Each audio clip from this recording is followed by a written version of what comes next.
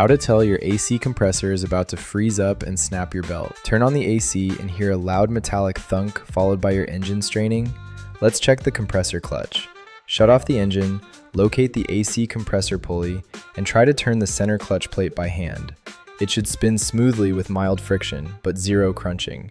If the center plate is completely frozen, your compressor bearings are seized. Engaging the AC at highway speeds will instantly snap your serpentine belt. Did you service your AC this year? Tell me.